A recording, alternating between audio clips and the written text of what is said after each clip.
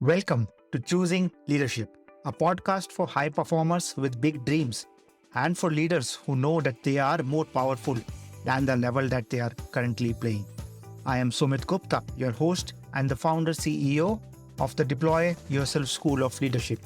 I am here to help the best leaders get better and to help organizations massively improve their output and impact, and at the same time eradicating workplace stress. Yes, completely eradicating, not just reducing, completely eradicating. I believe in creating a future and a work culture where people wait for Mondays, not Fridays, and get to do their most meaningful work. The aim of this podcast is not to provide you more content, but instead shift the context under which you operate. This podcast is titled Choosing Leadership because that is what leadership is, a choice. In each episode, I will celebrate leaders who have made such choices, which are not always easy and comfortable, but which has helped them get to where they are today. And let us celebrate the leader in us for choosing to move over our fears, for choosing to be motivated by something bigger than ourselves, and for choosing to deal with every challenge that comes on the way. Let us celebrate you right now for stepping into the unknown and taking courageous action, as those were the moments when you chose leadership. At the end, I will share how you can be our next guest on this podcast. And with that, let's get started. Manish is the CEO and founder at Azvaya, a partner at SAP Energy, and is passionate about technology, professional services, and renewable energy. In the interview, Manish shared the secrets behind his calm and balanced answers to my questions. We also talk about why there is no one right or wrong way to be a leader or an entrepreneur, and unpack some of the unconventional choices that he had made. He also shared his vision for the future as he looks to take his organization to the next level of growth. Hi, Manish. Welcome to the Choosing Leadership podcast. Hi, Sumit. Thank you. It's a pleasure to have you with us today. And to begin with, can you share who you are and what do you do? Sumit. So I'm Manish Godha, of course, and I'm a founder at Advaya Solutions. So we are a Microsoft-focused applications and analytics company, and we have presence in US and in India, and we serve clients, mostly enterprise clients across US and India, and also in Middle East. So, and our focus is on providing cutting edge technology implementation. So, how can organizations leap to the next generation or to the latest of technology? Apart from that, I am also interested and I am working on in the field of renewable energy, wherein we have deployed solar-based power plants and also wind-based power plants. So that's kind of what on my business side I am. Yeah. So are these two separate companies that you're talking about? Yes.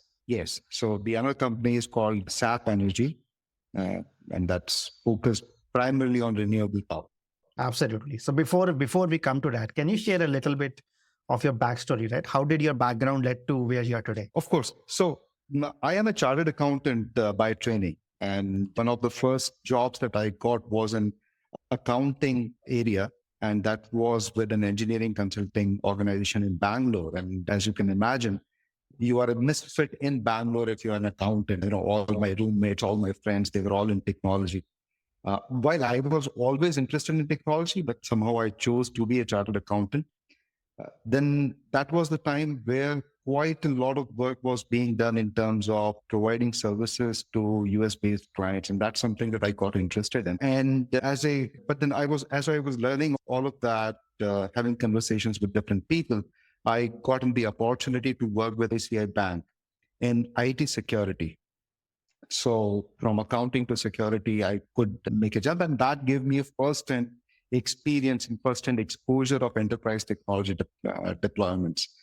That, and also my desire to get back to my hometown. That's in Udaipur in Rajasthan. So I moved from Bangalore to Mumbai in ICICI Bank, and then came to Udaipur, and that's where I started to work on some uh, some services based on some of the experiences that I had had in audit and project management and so on. And that was the genesis of how this company got formed. Then my brother joined in, he worked in US, and that's where we started to look for clients in US. And that's where the whole journey took off. And, we got into touch with Microsoft. We worked for Microsoft quite a bit. In fact, for a considerable part of our company's life, Microsoft was kind of the client. I mean, our 95% business came from Microsoft. We helped Microsoft help enterprises adopt technology.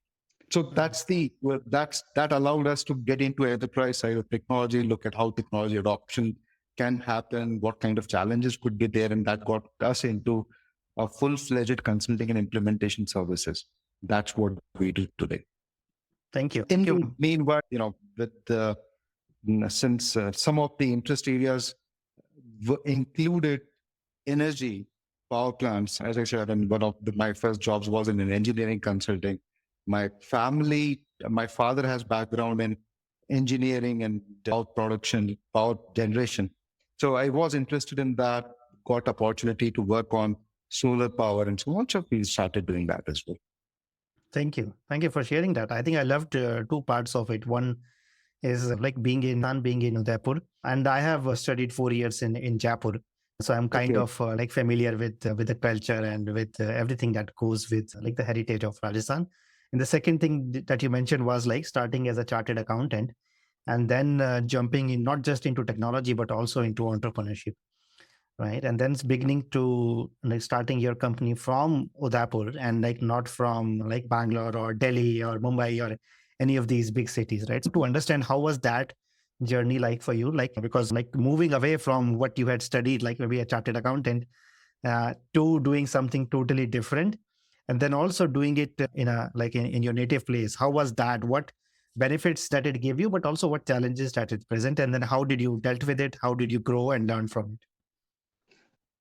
So, as a chartered accountant, you definitely get exposure to how enterprises use technology, especially in the business processes and the overall enterprise resource planning and that kind of an area. But then at the same time, I have been interested in technology from since I was a maybe 11, 12-year-old kid and learned programming, learned computers and all that, as it was a new shiny tool, a toy at that time, in fact. And we did all of that as a uh, as a chartered accountant. One of the things that you learn to do is being a consultant. Getting into practice is kind of a standard path a CPA or a CA would take. And that was how I started as an entrepreneur. We started our own consulting and audit firm. And starting in Udaipur was something that happened in the sense that I lived in Bombay. I really didn't like the fact that it was quite difficult in terms of finding time for yourself or doing something more if you are. It it was tiring, I would say. That was the time Mumbai, as it is today, was kind of getting built up. So there was a lot of construction going on, traffic jams, and all of that. Now, this sounds a little bit of a very weak reason, but then when you want to get to your hometown and seek opportunity if that's possible in any ways, and any small reason suffices to make that happen. So that's how I got to started to work as a chartered accountant. Fortunately or unfortunately, I didn't really end up with a lot of clients. I could not really grow the practice. And that's where I sought and found some clients who were interested in learning some project management. How do you do it on through a software or through automation and all of that? So I got into project management, the training and consulting, the thing which led to opportunities in actually working on some of the automation pieces, some of the project management deployment pieces, and that led me to build that kind of a practice. And that's where, and of course, all this while there was my brother is an engineer from IIT, and he was working with technology. He was working with consulting organizations. So I got a lot of insights from him. He supported, he helped, he provided guidance in terms of how do you really do it, what is the kind of services, and so on. So that started to happen. And of course, you use whatever connects, whatever context, whatever that I could get from, my father's professional experience, my earlier Mm. professional experience, and it kind of helped in an overall way. And so that's how I got into technology. That's how I got into doing technology consulting. That's how I got into the enterprise side of technology, because project management, enterprise project management as the field is something that, at least at that time, only large companies could really afford it and work on. And that, since I was kind of working on Microsoft technologies at that time for the project management aspect, we got to become a Microsoft partner, one of the first Microsoft project partners in India. And as we did that, we got into touch with Microsoft, we got into touch with other partners, and that kind of led to a realization that we can help companies like Microsoft market their products better to enterprises. Because as engineering companies, Microsoft, they are deeply rooted in technology. Their way of approaching to an enterprise was in terms of features and functions and technology specifications, and so on and so forth. We could bring in another perspective where we could actually talk about how it relates to the business. What would be the kind of benefits that it could have? And that kind of a bridging of technology and business was something that was a value that we could add, and that allowed us to provide those kind of services even to Microsoft and to other companies as well. Yeah. Oh, I love that. Thank you. Thank you for sharing. I think there's some, you said it so humbly and so simply, but I want to bring out, I think, a few nuggets of like wisdom, which I could take out from what you shared. Like one is like, even though you started as an entrepreneur, you had that, like you had your brother, so you had that guidance or you had that team and in front of you, right? And also, I think another thing which I could listen was that there is no one right and wrong way of doing a company or starting a business. And then what you are doing, and the example you shared with Bombay, right? A lot of people would say that start in a big city, that's where you get employees, customers, everything. But I think your example shows that there is no one right and wrong way when it comes to entrepreneurship. That is what I would want to add there.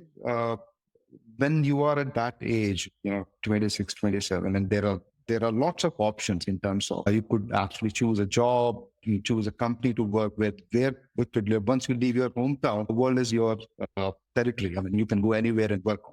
And the what is called as option paralysis, or you can actually get numbed by the amount of options that you have. So one of my guides, I mean, in chartered accountancy, you have to work under another chartered accountant in articleship. So my principal, or my boss, as we say, he used to say one thing, that you have to anchor somewhere. You have to choose a few things which are kind of fixed, non-negotiable. And other things will then fall around that. And one of those important things is, where do you live? So that would guide a whole lot of things. What kind of lifestyle, what kind of business, what kind of team, what kind of family, what kind of mindset, what kind of lifestyle, everything follows from that. And that there's no right or wrong choices there, but then you have to make a choice and stick to it. If I lived in Bombay or in Bangalore, I could move to Delhi, I could move to Hyderabad. I mean, it was. So Udaipur allowed me to make that choice and fix at least that part. So those will, that kind of streamline the process of other decisions, I guess. Absolutely. I think that's a wonderful like metaphor to use, to find one anchor and then you can innovate or experiment in other areas. Right. So now, having said that, right, given where you are today, now two companies, can you share a little bit about the future? What is your vision? And then what challenges does it present, right? Running two companies, taking them forward. How do you deal with that? So to be sure, one of the things that you learn working in, at least in India, most entrepreneurs, and especially the traditional entrepreneurs, talking of the vintage of, let's say, my generation or previous to that generation, they have had this tendency to venture into multiple, build a portfolio of businesses, and that's something that you would find in most of the business houses, so as to say. So one, I did it came naturally. And then that we aren't, we're a completely bootstrap business. Nothing, there is no external investor in that sense who would kind of impose that kind of focus or, thing. And that, so running or building two businesses or more businesses is not something that kind of looked very special or different. It just happens. The other thing is, uh, in my primary interest remains technology. My primary interest remains hardware, which is the kind of core interest area that I have. The other business is supported by our partners, our people, and it's more of a business where much of the effort goes into establishing something. So whenever we expand our capacity, put in a few more megawatts, that's where you need a lot of work to be done and everything. But then once the plant is up and running, it doesn't require a lot of attention. And the business model there is pretty stable. It's not something which which I mean, I'm sure one can be creative and do a lot there as well. But then it's something that I can afford not to really put in a lot of time.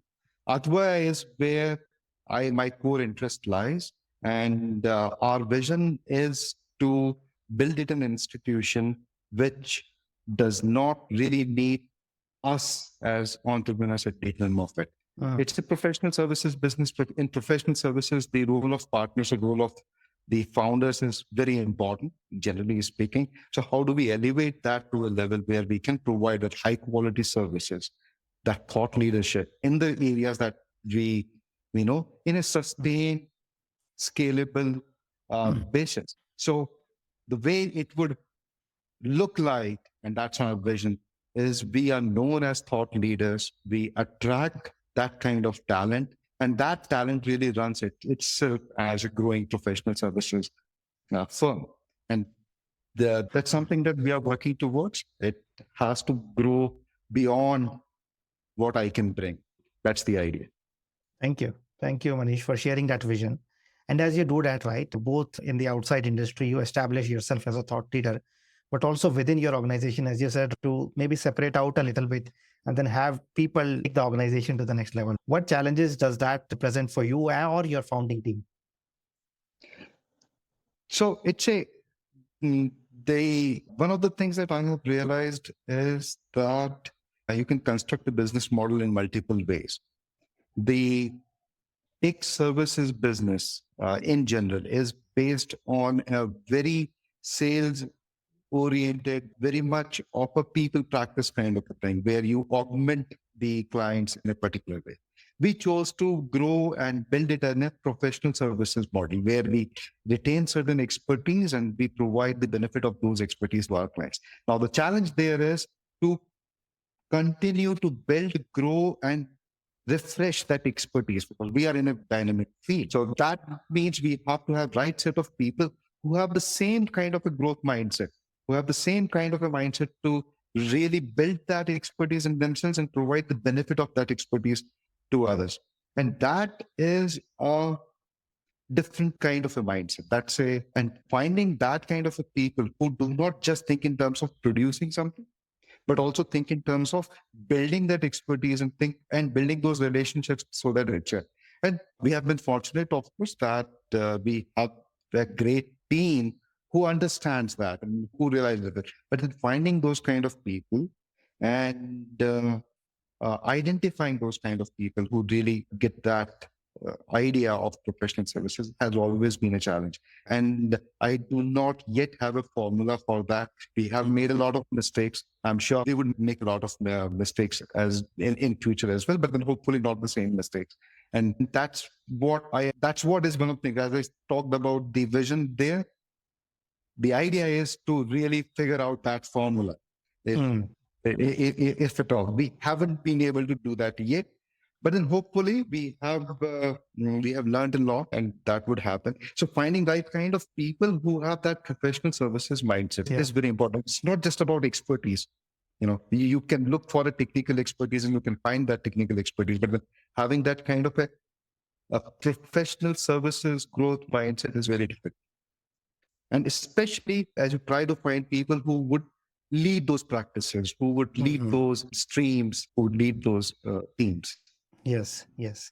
Thank you for sharing that. I think I work with a lot of entrepreneurs, and I think what you're describing is also a stage, right, where you come to a stage where you need more leaders around you, not just followers. Where you need people, as you said, right, who are not only experts, but they can also lead it without your inputs at all times. You can take the organization to the next level and basically do what you have been doing so far. So thank you for sharing that.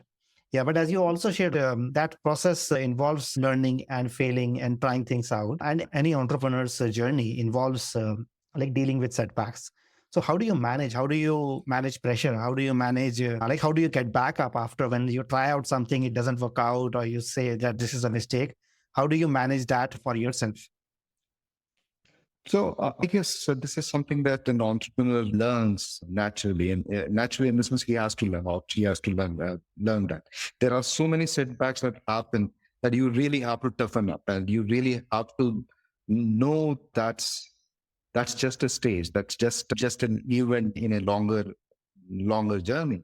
So we have had uh, setbacks of the team variety where we invested a lot in certain kind of certain set of people, certain practices that would not take off. Those people could not really find their feet in the right way. Or we started a particular practice area or particular expertise area, and we could not really find market for that. So all of those things have happened. As they happen, the impact of first few of such setbacks is way larger on your mind. Slowly you realize that things go on. The things have a way of taking care of themselves, and we just have to ensure that we learn the right things and continue to persist and do that. I mean, one of the things that as our team, as our leadership team, as people try to really do is, if we have failed, if there is a setback, uh, we try to and try to do after, if there is an initial kind of an emotional reaction, that's fine. But then how do we uh, avoid any blame, any criticism, any accusation, but then really get into the analysis and it's like, okay, let's go back and see what could have been done differently, and then see if those were real options, so that we learn that. So if we fix something, we fix a mistake, we fix it forever. That's the idea. And once you realize that's an option, once you realize, oh yes, you won't do the same thing again. Hey, I hired this person, we spent a lot of money with that practice, and then all of that happened. Now I won't actually do that. So I did. It's a earning for future. And then as you tell yourself that we can do it better, and of course there's a aspect of really accepting the initial natural response to a setback. That would also happen. One would feel bad, one would feel down for some time, and that's okay as well. That's, one cannot really beat oneself down on how your initial response is. But then once you get a little thoughtful about it, we should really make it better. Yeah, thank you. I think I love the long-term aspect of it, right? Once, like both in the beginning, that once you see the long-term aspect, you don't see the immediate setback as a big thing, as just one of many series of like as well as negatives which will happen. So that loses its weight. But then I also love that once you realize what is the issue or what is the problem, and when you implement a solution, you also not like just patch something up. You try to do it in a way that can like serve the organization for the long term as well. And I think many entrepreneurs continue to be stuck in that short term mindset, and they end up doing the or repeating the same mistakes or repeating the same solutions over and over again. So I love that aspect of it, and I think that's a wonderful skill or a mindset, as you said. Thank you for sharing that. And as a business, our desire is to scale. Our goal is to scale, and we have been able to scale to a certain extent. And unless you really fix something forever, you cannot scale. Scaling is inherently that you do something, if you find a change, and you make it that change for the entirety. Yeah. Wonderful.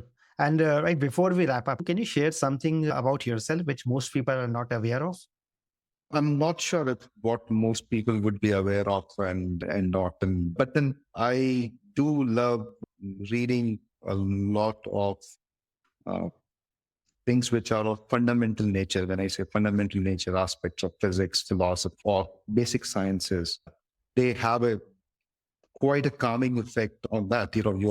As Carl Sagan used to say, we are a little pale blue dot when we're such a small entity in the environment that has a calming effect. And I do enjoy listening to music. I am a aspiring audiophile, so as to say.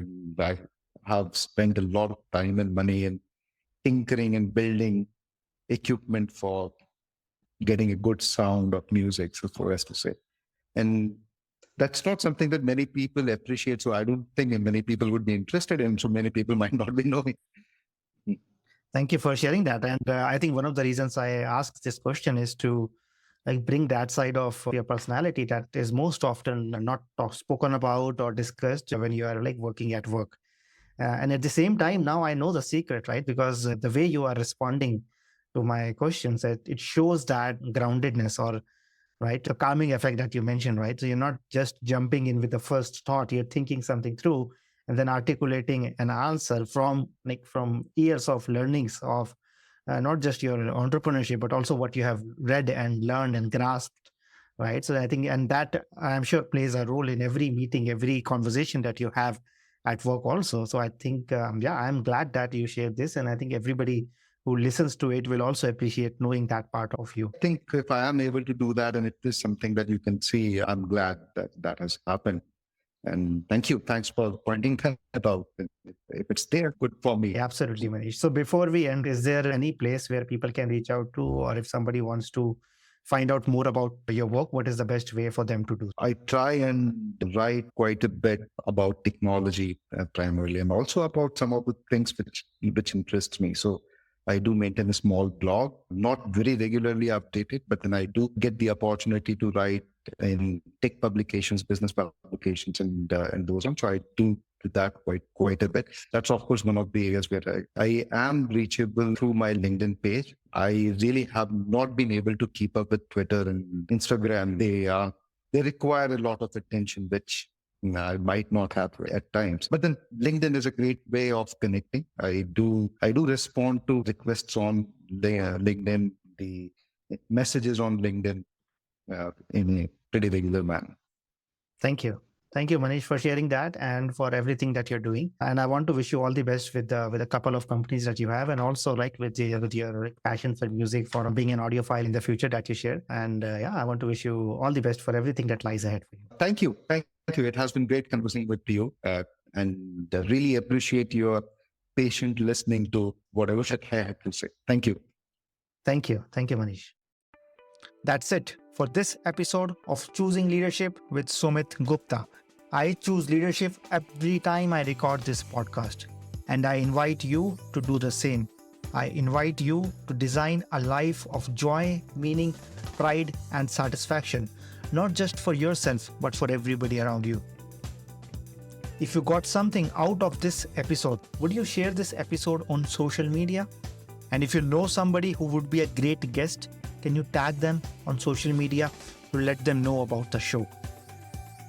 And if you are a leader who wants to acknowledge how far you have come and have big dreams for the future, please reach out to me to be a guest on this podcast. And I love seeing your posts and guest suggestions.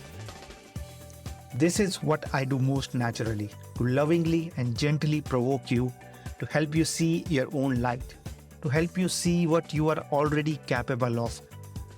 To make sure you don't miss any episodes, go ahead and subscribe. Your thumbs up, ratings, and reviews go a long way to help promote the show, and it means a lot to me and my team. If you want to know more, go to deployyourself.com and subscribe to my newsletter or follow me on LinkedIn. I want to thank everyone who contributed to making this show a reality, and I want to thank you for listening. Always remember that you are enough, you are loved, and you matter. This is Sumit. Until next time, keep choosing leadership.